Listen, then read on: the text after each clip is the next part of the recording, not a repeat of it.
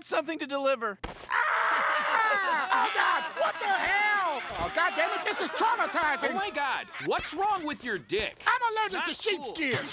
Okay, let's talk about Rick and Morty this week. Rick and Morty has only gotten crazier and crazier each week since season 4 has returned. Seriously, in terms of scale, it feels like an entirely different season from the episodes that came before, save for the premiere, and if I'm being honest, it feels like Rick and Morty finally coming into form as the show it wants to be. However, this week's installment, the Vat of Acid episode, is really the culmination of season 4 thus far, blowing up a recurring story beat from the past 7 episodes and using it to deliver one of the darkest twists yet, which ultimately comes back to Rick giving Morty the finger yet again. As always, we're going to break down this episode for all the great subversions and exactly why they kept us on the edge of our seats, alongside the statements this episode makes for the bigger picture in the future. I don't want to lose a moment. Take your time, boss. We'll stay here as long as you want. Absolutely. I got nowhere to be. Okay, the first thing I want to touch on is the story structure of this episode, because the storytelling was really unique. It basically used each act to exploit a different trope in storytelling. Act 1 riffed on the bottle episode format, in which a cast of characters are relegated to one sitting for the duration of the entire episode. Bottle episodes were originally and typically used when shows needed to save a budget.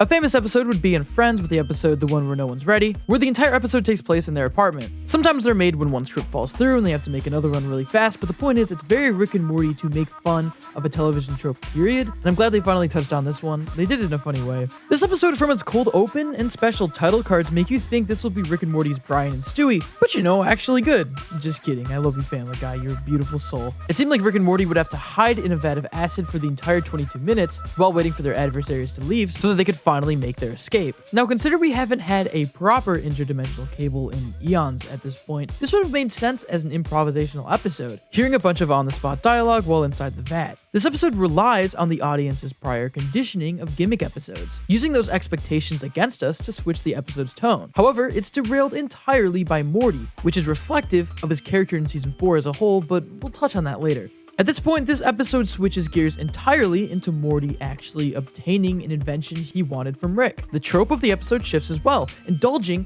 in the wonderful world of montages. Isn't that fun? Don't you love those? Still relying on the audience's past experience with the show, with montages such as Roy, Rick and Summer getting buff, or even the parasitic montage found in the last episode. Yet they catch us by surprise by having the twist of this episode being grounded in reality, a huge fear of many people in life, as opposed to something sci-fi disrupting the story. Tell me, out of all the crazy stuff you've seen in Rick and Morty, what did you expect to happen? Morty's adventure being undone by a supernatural disaster, Morty naturally growing bored with his new toy and becoming even more desensitized to life, reinforcing the themes of nihilism, or a sudden plane crash that becomes an intense sequence of survival and strategy? Let me tell you, I would have picked A or B any day, even though C does sound like the most Rick and Morty in hindsight. The storytelling of this episode finishes strong with the aforementioned consequences you expect to hit way earlier. Rick revealing to Morty that he hasn't been experiencing do-overs through time travel, but with the same thing Rick has always done, interdimensional manipulation, with a whole bunch of Mortys dying in the process. You think this is harsh? Consider the fact that Rick essentially just created a more complicated and gruesome version of his portal gun just to one-up Morty for not liking his vat idea, and then forcing Morty to not only converge the probable realities, but face a near impossible situation that resolved with, you guessed it, a vat of acid. Truly a hilarious ending. But even if we go with the fact that Rick hates being made fun of, what about Morty's words struck a chord so deeply? Well, for that, we're gonna have to talk about some character development. I'm very proud of that episode. It was a pretty quick process. Quick death, come on. We kind of wrote the episode as far as like figuring out the structure of it in a day, and all of us were still kind of weirded out that it worked. It was so dumb. All of us were like, this idea is incredibly stupid. The funniest thing we could do is try to make it a whole episode. If there's something stupid about this idea with the bones floating up, okay, well, make the story about whether or not it's stupid. I thought it'd be so funny if it turned out that all of this was just an insane runaround to get another I told you so. Did you have fun, Morty? So this episode worked wonders when further fleshing out both Rick and Morty's characters. Throughout all of season 4, Rick and Morty have clashed heads more than ever before, and for the most part, Morty has gotten off relatively scot-free from Rick. However, what changes this time is that Morty straight up dismisses Rick's plan, insulting it for being cartoony and overly complicated for the dimension's smartest scientist. And here's the thing, while Rick got the upper hand towards the end, I don't think he was really bullshitting before handing Morty the device. Their fight, I felt, was real because all of Rick's serious conversations with Morty throughout the season have been scarily grounded, with no immediate comedic payoff. Sure, his mini existential crisis was theatrics, but before then Rick had no way of knowing Morty's mindset. mindset. Morty spitting in the face of Rick's plan was unaccounted for, and that is definitely the biggest change in this entire season. Morty is now unpredictable. Rick is losing his grasp on him as Morty becomes more unfazed and unimpressed by Rick's constant string of sci-fi antics. Rick tolerated it because until now, Morty's defiance never affected Rick's life's work, his inventions. Rick losing his chokehold on Morty put them on a different playing ground because Morty is the individual closest to Rick and thus knows how to deconstruct Rick. If Morty knew he had the advantage over Rick, their entire dynamic would change fundamentally. Rick's lesson to Morty was the assertion that he'll always be on top, not Morty. If Morty had a say in the quality of Rick's inventions, and even more so, Rick taking ideas for inventions from Morty, Rick's own pride and ego would be compromised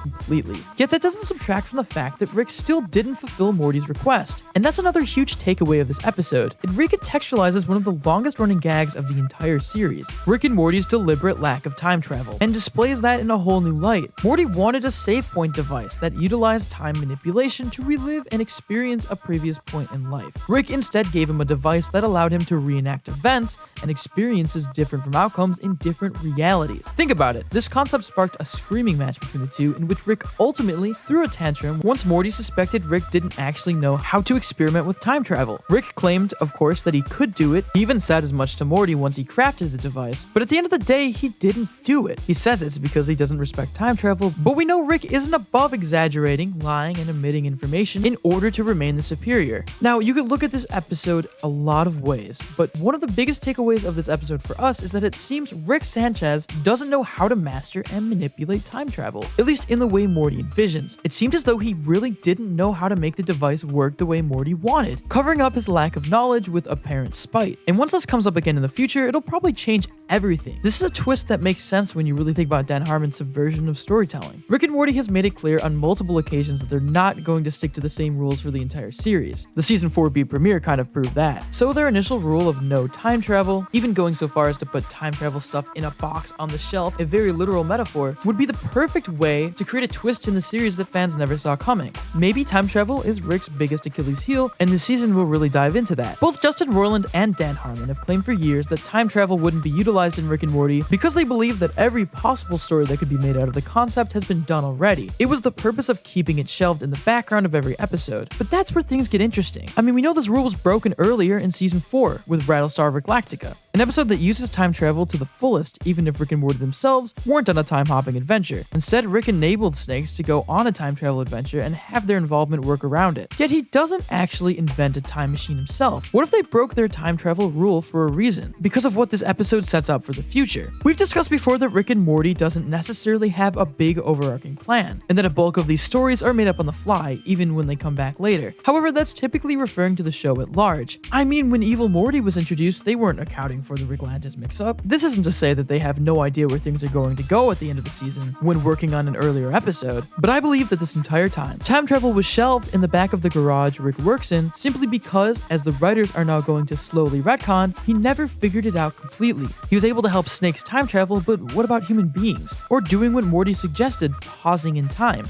He figured out interdimensional travel, kind of jumping from side to side, but never the complementary concept, going forwards or backwards. Rick and Morty is no stranger to giving Rick a victory only to reveal things aren't as peachy for him as initially portrayed. This would be a great way for them to rehash this trope for the show on a larger scale without it coming completely out of left field. Yes, Rick loves pissing off other people and driving them up the wall out of pure spite, but because of that, if he could figure out time travel in the exact way Morty pitched, he would dangle it over Morty's head before taking it away or depriving Morty of the experience. Something's majorly off about how he did it this episode, but it seemed to be swept under the rug, under the guise that he did it to get back at Morty or to teach him a lesson. However, with the consistency of certain scenes throughout this season, I wouldn't be surprised if it all came together with an incredible payoff. Now look, obviously we are speculating here. If you watch the episode without thinking too hard, it makes perfect sense. Rick always uses interdimensional travel, why wouldn't he again? But no matter what the show wants you to think, Rick and Morty really is an onion, and there are layers here. The show can't say that there's no deeper meaning to Rick and Morty, and then continue to make these episodes about Rick and Morty. I mean, this show has, at the very least, an incredibly complicated established lore that we can look back on. I don't think it's too far-fetched to say that Rick has a secret weakness, and right now, signs could be pointing towards time travel. Another thing this episode utilizes to its advantage is continuity. Specifically, when Rick says a line, there's no such thing as a bad idea, just bad execution.